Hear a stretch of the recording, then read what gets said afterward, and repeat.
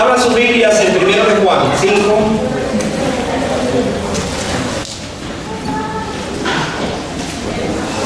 Primero de Juan, capítulo 5.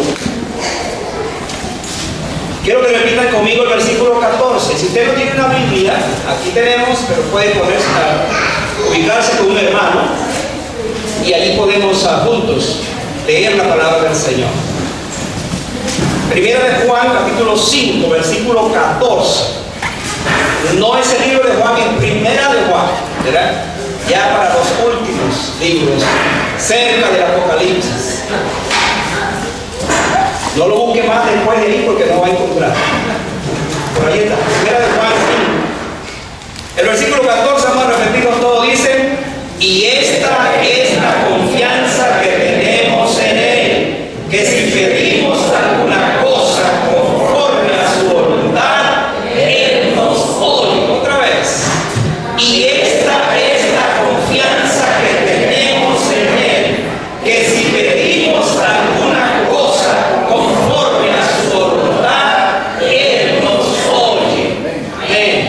Amén. El tema de hoy es la confianza que tenemos en Dios. Escuche esto. No dice la confianza que tenemos en Obama. No dice eso. Ni la confianza que tenemos en cualquier cosa que te quiera poner. La confianza que tenemos en Dios.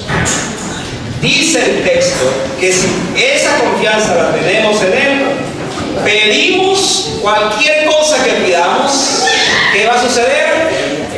Él, o sea, Dios, nos oye. Nos oye. Antes de orar, yo quiero que ustedes pedirle lo siguiente. Yo no sé con qué carga vino a este lugar. Yo no sé qué petición hay en su corazón. Yo no sé qué es lo que hay en su vida que usted necesita la intervención divina, la intervención de Dios. Pues esta palabra que traigo hoy tiene el propósito de ayudarnos a entender, pero más que entender, a poder recibirlo en nuestro corazón, lo que Dios quiere decirnos en torno a la respuesta que Él da a nuestras peticiones. Oremos. Padre Celestial, gracias por esta palabra que hoy traemos. Palabra tuya, palabra de Dios, palabra de las Escrituras, escrita muchos años atrás, pero sigue siendo viva porque tu palabra es viva y eficaz. Y en este tiempo más que nunca esta palabra es viva. Y Señor, la traemos con la autoridad que nos suministra el Espíritu Santo para que esa palabra pueda encontrar un corazón abierto, receptivo, y que hoy, Señor, podamos honrar el nombre tuyo al recibirla, pero al decir gracias, Señor, porque a través de tu palabra mi vida se guía. Y en esta semana que comienza hoy, mi vida será guiada a través de esta palabra también. Te damos gracias y te bendecimos en el nombre de Jesús. Amén y amén. Una señora muy pobre telefonió a un programa cristiano de radio pidiendo ayuda. Un grupo que oía la programación consiguió la dirección de la pobre mujer y llamó a sus secretarios y les ordenó que compraran alimentos y que se lo llevaran a la pobre mujer, pero con esta instrucción: cuando ella pregunte quién mandó estos alimentos, responda: fue el diablo. Cuando llegaron a la casa, la mujer los recibió con alegría y fue inmediatamente guardando los alimentos que le llevaron los secretarios del brujo. Al ver que ella, o sea, los secretarios, al ver que ella no preguntaba nada, ¿de dónde venían los alimentos? Entonces ellos se arriesgaron a preguntarle y le dijeron: ¿no quieres saber quién le envió estas cosas? La mujer, en su simplicidad, ella dijo: ¿para qué quiero saber eso? Total, cuando Dios manda, hasta el diablo le obedece.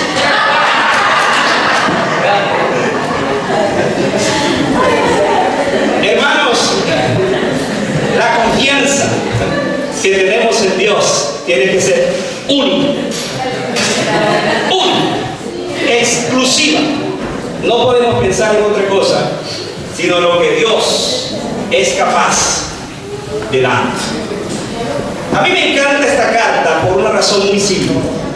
Porque Juan trabaja con teología profunda, pero a la vez con simplicidad.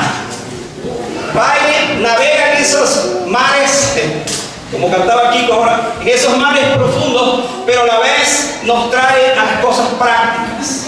Y eso es lo lindo de cartas como esta. Este versículo, por ejemplo, es un versículo que si lo leemos así, como que está bien, ¿no? Es un versículo que a lo mejor estamos acostumbrados como otros a leerlos y no le damos la importancia y la implicación que tiene ese texto para nosotros. La promesa escondida, mis amados hermanos, en este texto, tiene que tomar nuestra vida y nuestros corazones y mover nuestra voluntad a creerle a Dios que aquellas cosas que en efecto yo estoy pasando y le estoy pidiendo, creerle que Él lo va a hacer, Él va a orar. Sin embargo, hay condiciones, hay aspectos importantes en esta carta que debemos nosotros estar conscientes que Dios lo va a hacer. Ustedes han leído Hebreos capítulo 11, me imagino que sí. La carta que nos habla de los héroes de la fe. Por cierto, hace años el Señor me dio la bendición de predicarle a un gobernador de mi país. Me senté con él en el escritorio. Él era un hombre religioso, pero nunca había leído este pasaje. Y yo se lo leí, la carta de Hebreos 11. Y le hablé de ellos y le fui explicando así de manera muy simple lo que hicieron cada uno de estos hombres.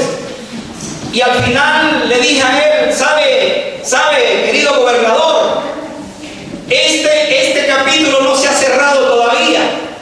Usted puede ser un héroe de la fe también, pero necesita, por supuesto, entender lo que estos hombres hicieron y pasaron y por qué se convirtieron en héroes de la fe.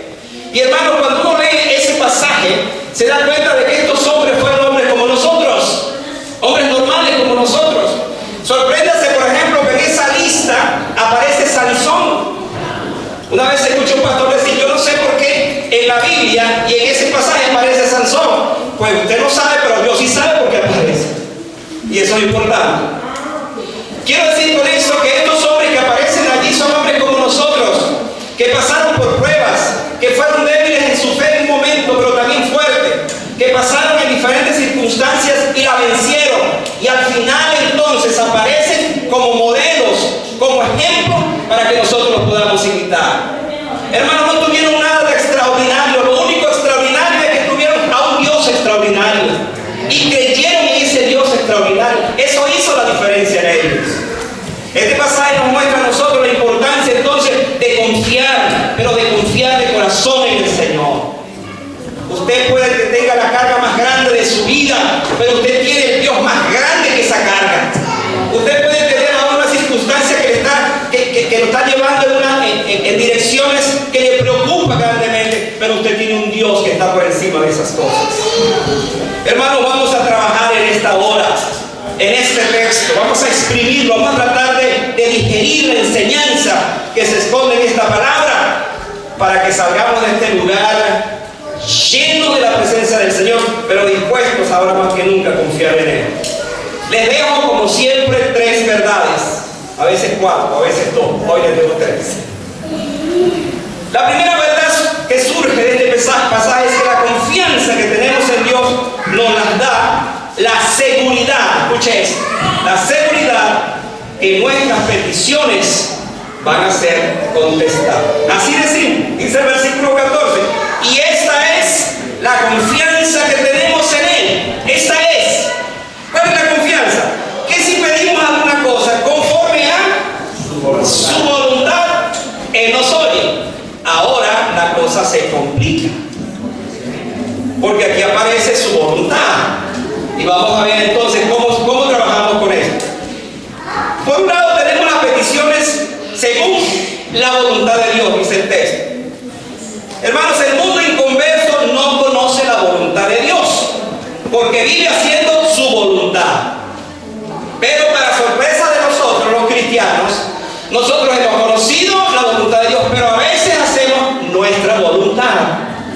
No siempre hacemos la voluntad de Dios porque la voluntad de Dios choca con la nuestra.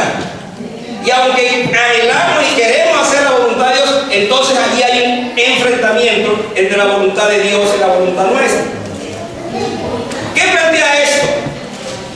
Que el no hacer la voluntad de Dios, o al no hacer la voluntad de Dios, tampoco podemos orar de acuerdo a la voluntad de Dios. Voy a subrayar este principio. Si yo no vivo haciendo la voluntad de Dios, no puedo pretender que mis oraciones van a ser respondidas según la voluntad de Dios. ¿Me están entendiendo?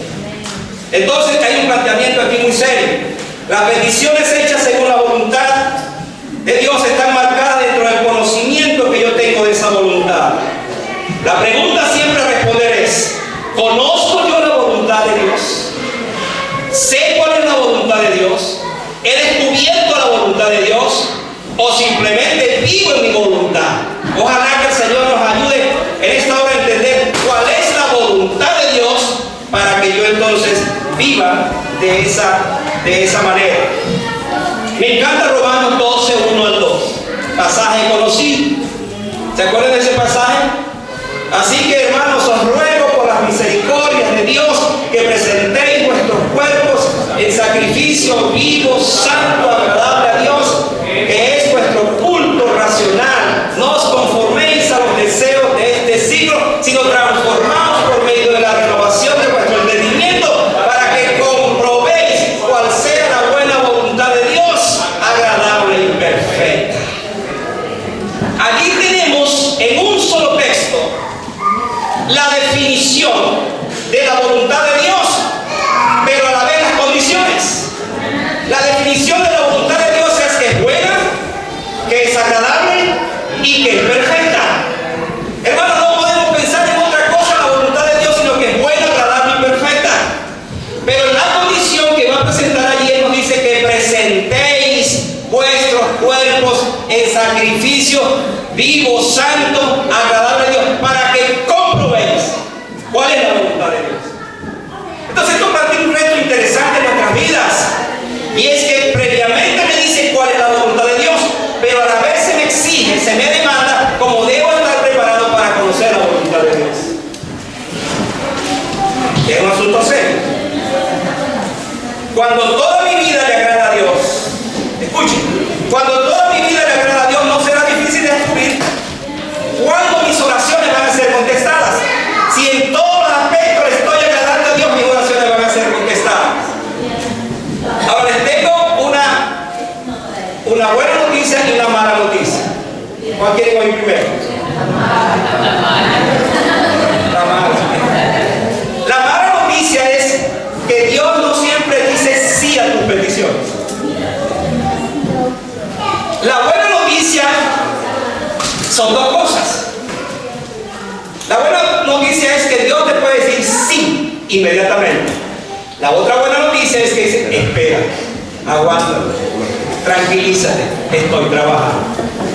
Y está trabajando en su voluntad, porque Él sabe qué es lo mejor para tu vida.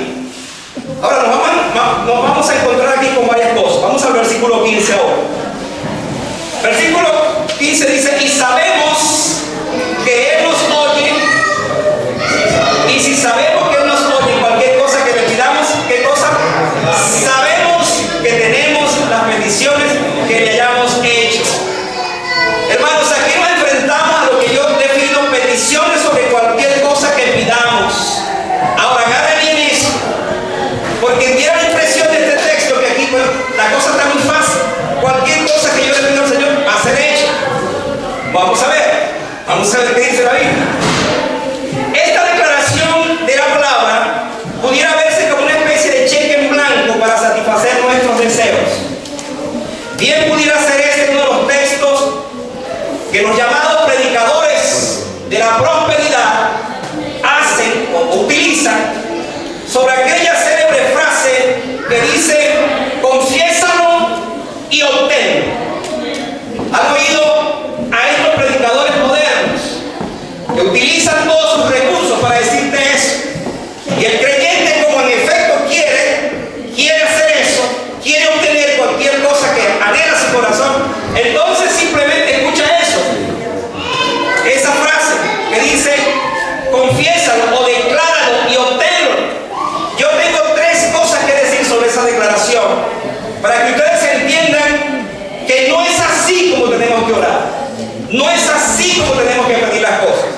voy a decir tres cosas. La primera es que yo no soy Dios para declarar lo que Él tiene que darme. Yo no soy Dios.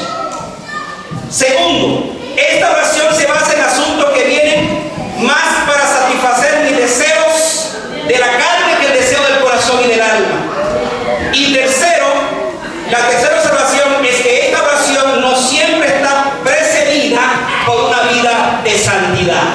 ¿Ven la diferencia? Queremos y se quiere con ese evangelio barato, ese evangelio que no cuesta mucho, tener las cosas bajo una simple declaración. Pero así no obra Dios. Dios va a obrar según lo que dice su palabra. Dice que todas las cosas serán hechas, pero que están dentro del contexto de su voluntad. ¿Se acuerdan lo que decía Santiago sobre esto?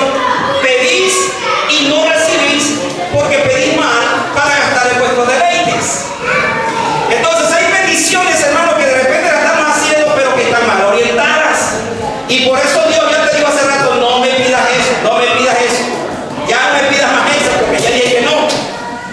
Alguien dijo, yo no puedo pedir algo, escuche esto, donde ya Dios me ha dicho que no pida. Y la palabra de Dios es mi guía para entender eso. Entonces hay peticiones que yo tengo que saber que no me lo estoy pidiendo. ¿Cómo debe ser esa petición? Por supuesto, hermanos, que Dios es un Dios de amor, de gracia, de misericordia.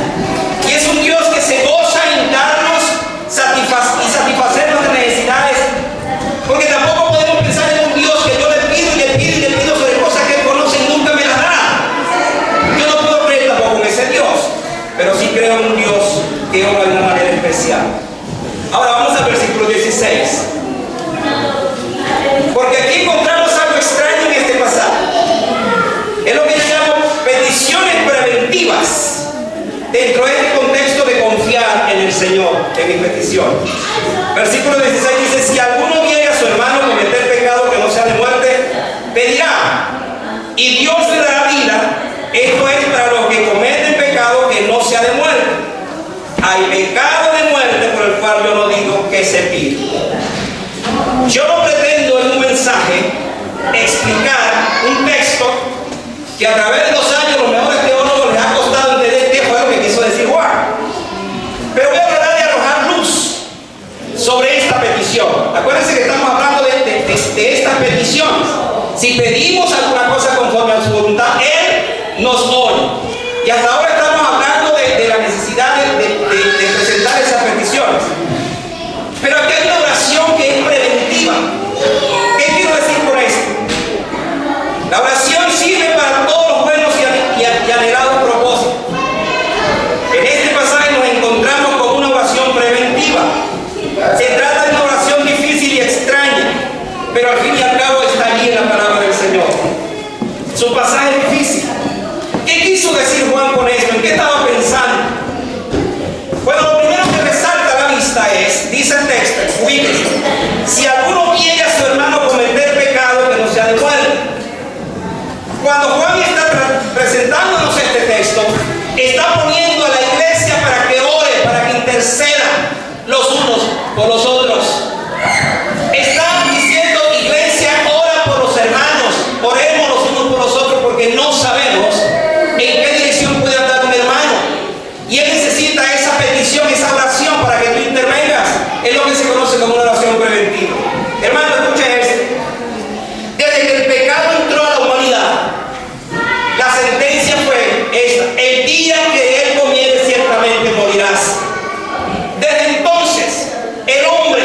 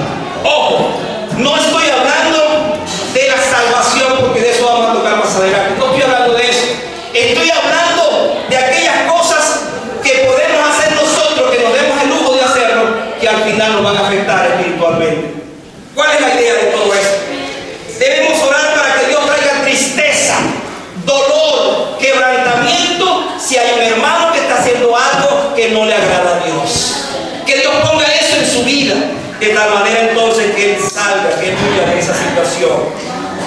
Es una oración para que haya arrepentimiento de corazón. Es una oración para que regrese el creyente, para que vuelva otra vez al Señor, para que no se aleje del Señor. Allí de esa manera podemos entender que el pecado siempre conduce a una muerte espiritual. Y esa muerte espiritual es la que el Señor quiere evitar. Por eso Pablo dice, hay pecados. Obviamente hablando en otra condición, como en el inconverso, hay pecados por el cual yo ni siquiera pido que se ore, porque ya no hay, como quien dice, salvación para eso. Está hablando en otro contexto, por ejemplo, la blasfemia del Espíritu Santo. Pero aquí se está hablando de aquellos pecados por los cuales hay que orar para que el Señor intervenga. Por lo tanto, mis amados hermanos, Juan nos habla en esta parte que la confianza que tenemos en Dios nos da la seguridad que nuestras peticiones van a ser hechas realidad. Cualquiera sea la petición de tu corazón, si está dentro de la voluntad de Dios, hermano, ten la seguridad de que el Señor así lo va a contestar. Otra verdad que surge de este pasaje es la siguiente: la confianza que tenemos en Dios nos da la seguridad que el maligno, escuche esto, el maligno no nos toca. Ahora vamos a entrar en un tema que es sumamente interesante, del cual el apóstol nos habla. Vayan al versículo 18. Ubíquense en esa palabra. ¿Qué dice el versículo 18? Sabemos que todo aquel que ha nacido de Dios no practica el pecado, pues aquel que fue engendrado por Dios le guarda y el maligno no le toca. ¡Wow! ¿Qué texto tan precioso! Y este texto, hermanos, entonces nos ayuda a ver que lo que Juan nos está enseñando en esta carta es para que afirmemos la fe, la confianza en nuestro Dios, al saber entonces en quién hemos creído. ¿Por qué? Dice, sabemos que todo aquel que es nacido de Dios no practica el pecado, porque sabemos que hemos nacido de Dios. Este pasaje está lleno de una gran certeza.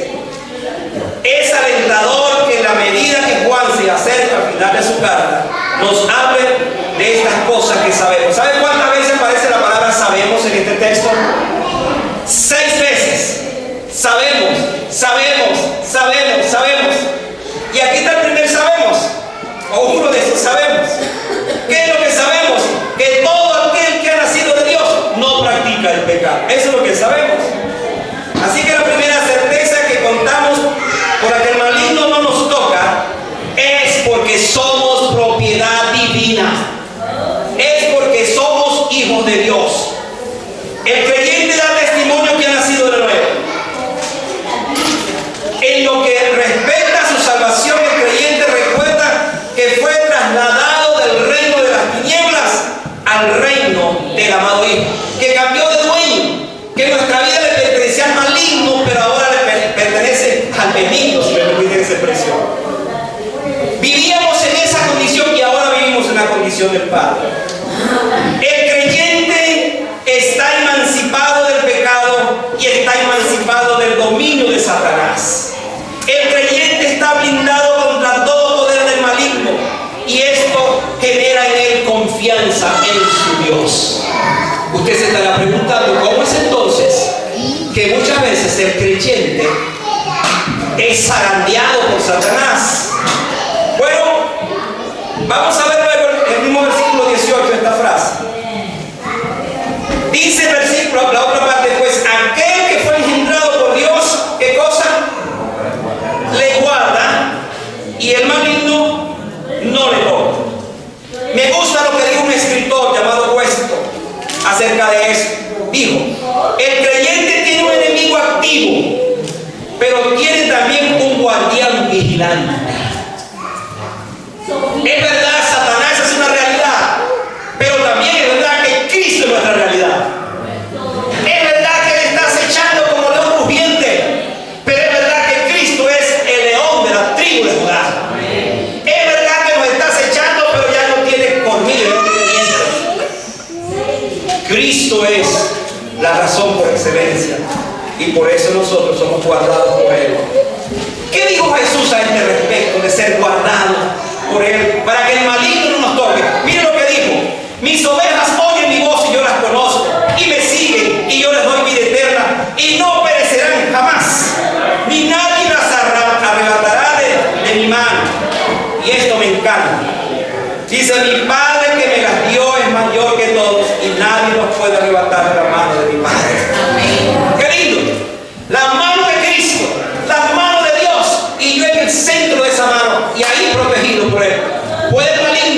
apartarnos del Señor? Nada. Romanos 8 va a decir, nada, ni la muerte, ni la vida, ni principados, ni potestades, ni lo presente, ni lo porvenir, ni ninguna otra cosa creada nos podrá separar del amor de Dios que es en Cristo Jesús. Amados hermanos, tenemos la confianza en el Señor. Si bien es cierto que sus tentaciones tienen todas las intenciones de hacernos caer, la promesa que el Señor nos guarda nos da seguridad en su caminar cotidiano. Jesús oró por sus discípulos y oró por nosotros, diciendo, Padre Santo, a los que me has dado, guárdalos en tu nombre, para que sean uno, así como nosotros somos uno. Hermanos, tenemos a Cristo, el guardián despierto todo el tiempo. Como decía la canción, que no duerme, todo el tiempo está. ¿Se acuerdan de ese salmo que dice, Jehová es tu guardador? Él es tu sombra a tu mano derecha. El sol no te fatigará de día, ni la luna de noche. Jehová es tu guardador. Jehová bendice tu entrada y tu salida. Jehová te guardará para siempre. Jehová está contigo para guardarte. Y dice la Biblia como poderoso gigante. Versículo 19 dice, sabemos que somos de Dios. ¿Y qué más? Y el mundo entero está bajo el maligno. Ahora vean eso. Estamos hablando de que nuestra confianza en Dios nos permite no ser tocados por Satanás. Entonces, hermanos, este mundo, o esta es una de las declaraciones más tristes, quiero decir, de las Escrituras. ¿Qué dice?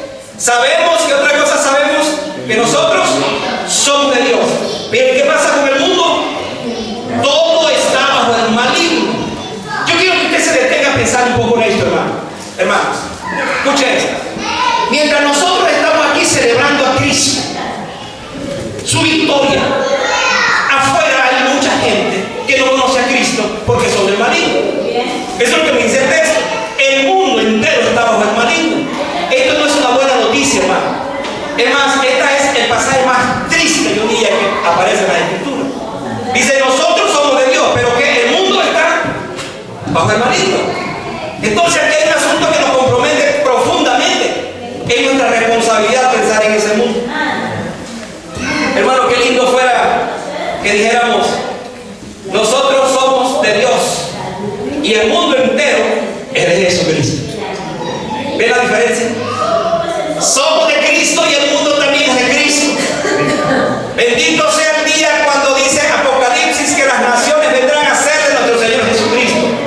Esperamos ese día glorioso cuando la palabra sea predicada para que también el mundo conozca al Señor. Vio la televisión esta mañana, vio el internet, escuchó alguna noticia, le informaron de su país, supo de algo que sigue siendo la noticia más común: las cosas que están pasando, los crímenes, los asaltos, la vida inmoral como se vive. ¿Sabe por qué pasa esto? Porque el mundo entero está bajo el maligno. Hermano, Satanás siempre quiso ser adorado, siempre quiso ser dueño. Desde el mismo cielo quiso hacer eso. Por lo tanto, ahora él gobierna el mundo. Pero hermano, no será para siempre, porque este mundo no le pertenece a él. Este mundo pertenece a Cristo. Y es nuestra responsabilidad entonces que nosotros podamos ser parte con el Señor para sacar a ese mundo y venga a ser de nuestro Señor Jesucristo. Hay un pensamiento final en este mensaje, y es que la confianza que tenemos en Dios nos da la seguridad que estamos en el verdadero Dios. Yo quiero que usted vaya al versículo 20, porque en este versículo yo encuentro una de las doctrinas, escuche esto, más sublimes, más hermosas que todo creyente debe conocer. Es la doctrina de la deidad, de la Trinidad, la doctrina de lo que tiene que ver con Dios Jesucristo y el Espíritu Santo. ¿Qué dice el versículo 20? Pero sabemos, otra cosa que sabemos es que el Hijo de Dios ha venido y nos ha dado entendimiento para conocer a quién, al que es verdadero, y estamos en el verdadero, en su Hijo Jesucristo. Este es el verdadero Dios y la vida eterna. Amén, amén, amén. Así es. Ahora agarre esto, hermano, agarre eso.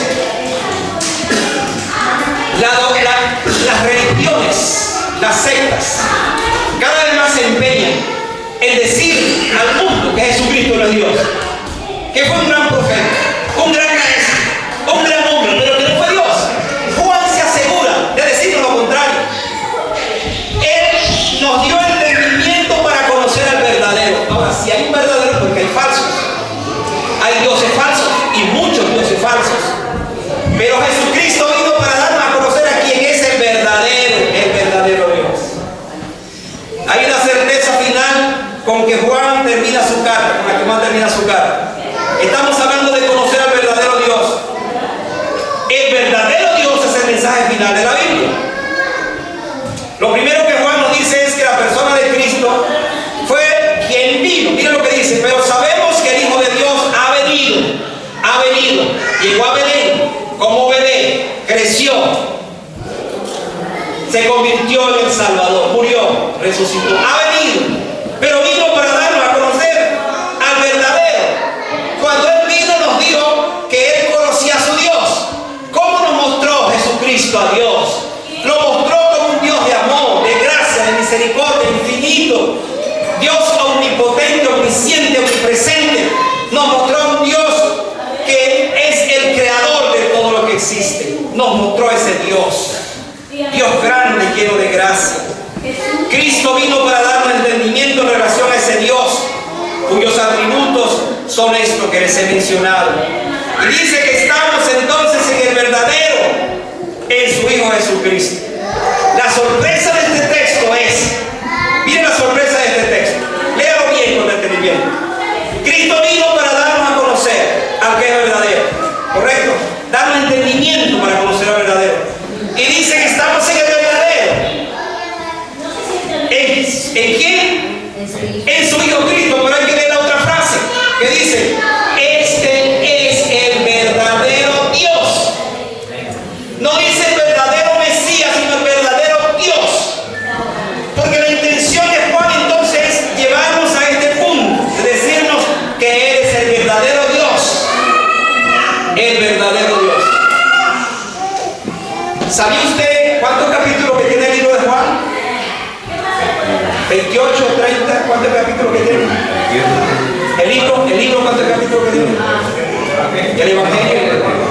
¿Cuántos que tiene? Es bueno pensar de vez en cuando. 21, exactamente. Cristian lo dijo, 21. Les voy a animar a que piensen en eso. Hace tiempo, los hermanos tienen que recordar cuando yo prediqué la serie de sermones de Juan. Cada capítulo de Juan, escuche esto, cada capítulo de Juan tiene que ver ese capítulo para mostrarnos a Jesucristo como Dios en ese contexto. Al principio nos muestra como el verbo, porque así comienza.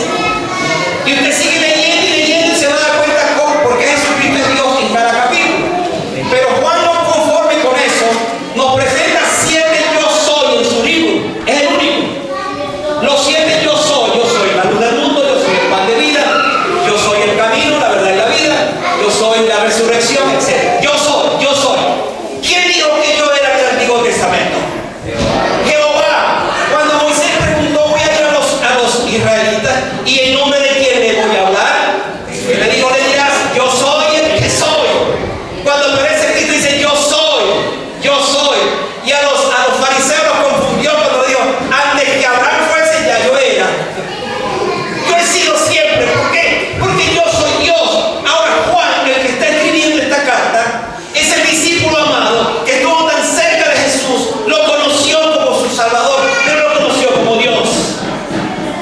Y él ahora dice, estamos en el verdadero. Yo fue el que es el verdadero. Yo conozco ese verdadero Jesucristo, que es el mismo Dios con nosotros.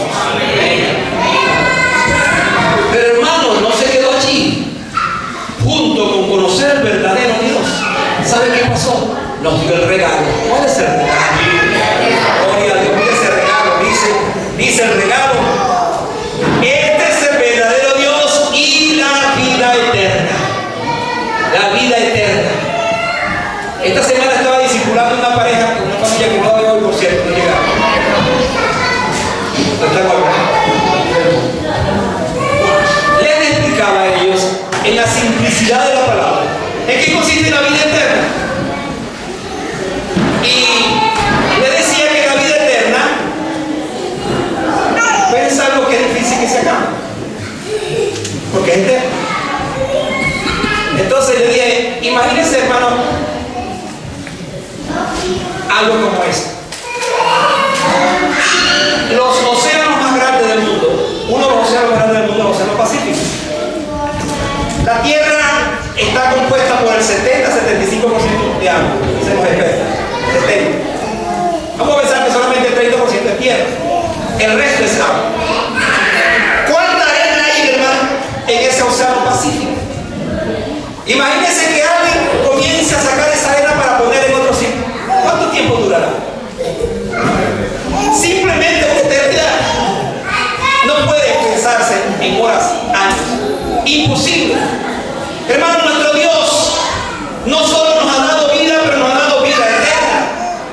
Esa es parte del regalo. Entonces, cuando llegamos a la conclusión de este mensaje, decimos que nosotros tenemos una razón poderosa por la cual confiar en Dios. Usted le preocupa esta mañana quizás que no tiene un trabajo fijo de repente, que hay una situación de la familia que no puede resolverla, hay una situación en su vida y usted vino con eso en su corazón, pero usted en esta hora está escuchando de un Dios todopoderoso que responde a las peticiones. Déjenme decirle lo que significa la palabra confianza si no la sabía. Esta palabra en original traduce libertad de palabras. Libertad de palabras. Los expertos dicen que la palabra confianza se utiliza en una auténtica democracia cuando yo tengo libertad de palabras, cuando yo puedo hablar abiertamente. Más adelante la palabra se refiere a toda confianza que alguien deposita en su Dios. Por lo tanto, tenemos libertad de palabras. Déjenme ponerlo de esta manera. Cuando usted se acerca a Dios a orar, Dios no le dice cómo orar. Dios no le dice qué palabra va a decir. Usted se siente libre de decirle a Dios lo que quiere, porque está hablando con Dios. Él le va a oír exactamente como usted se acerca. No está interesado en las cosas que tiene que decir. Pero ¿sabe qué? Ese Dios se acerca también a usted porque quiere oírle. Quiere oírle, hermanos. ¿Cuál es el problema de nuestras oraciones? ¿Cuál es el problema de nuestra confianza? Que no oramos mucho, que no le presentamos a Dios nuestras peticiones.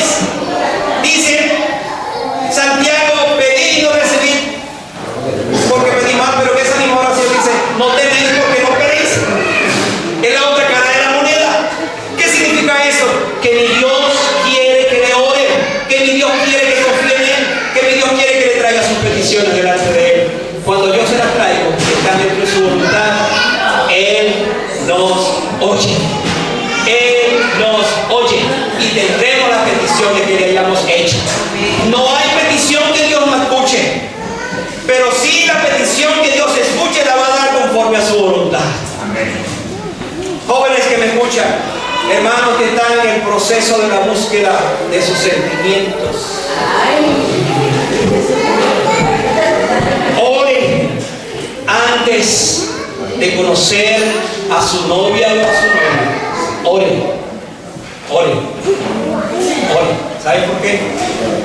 Porque si no oramos antes, nos precipitamos. A veces vemos una chica muy hermosa, decimos, esa es, pero no oré y me voy y de una vez le caigo.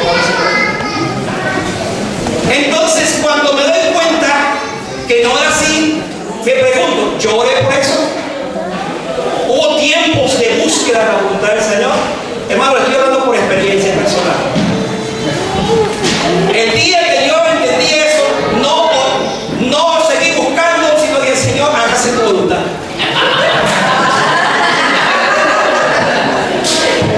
¿Sabe qué? El Señor hizo su voluntad perfecta, hermano. Porque gloria a Dios por la posibilidad. Hermanos, y así para cualquier otra cosa, tenemos que orar, pero orar pensando en que se haga la voluntad de Dios, no la mía. Hermano, mi voluntad es cambiante. Mi voluntad hoy es de una forma y mañana será de otra. Pero la voluntad de Dios es buena, agradable y perfecta. Y Él va a responder exactamente según eso, según su voluntad para nosotros. Él sabe qué es lo mejor que tiene para nosotros. Mire este ejemplo. Hasta la semana pasada, yo estaba empeñado en que el viaje tenía que hacer la otra semana. La semana anterior tenía otros planes. El Señor dijo, no, esa es la semana. Y aunque tuve que cambiar el pasaje, ahora sí vas. Pero irme el martes por lo menos. ¿Qué es lo que quiero decirles con esto? No siempre nosotros, nuestros planes no son los planes del Señor. Nuestros pensamientos no son los pensamientos del Señor. Pero ¿sabe qué? Los pensamientos de Dios siempre serán los mejores para nosotros. Los planes de Dios siempre serán los mejores para nosotros. La respuesta de Dios será siempre la mejor para nosotros. Por lo tanto, tengamos la confianza en lo que dice. Vamos a repetir ahora todo. Primera de Juan, capítulo 5. Leamos todo el versículo 14 que dice: y esta es la confianza que tenemos en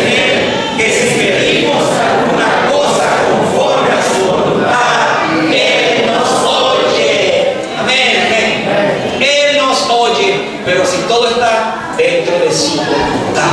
No le pida una cosa que no esté dentro de su voluntad. No le pida algo que ya Dios le dijo que no le pida. Pida, pero de acuerdo a su voluntad.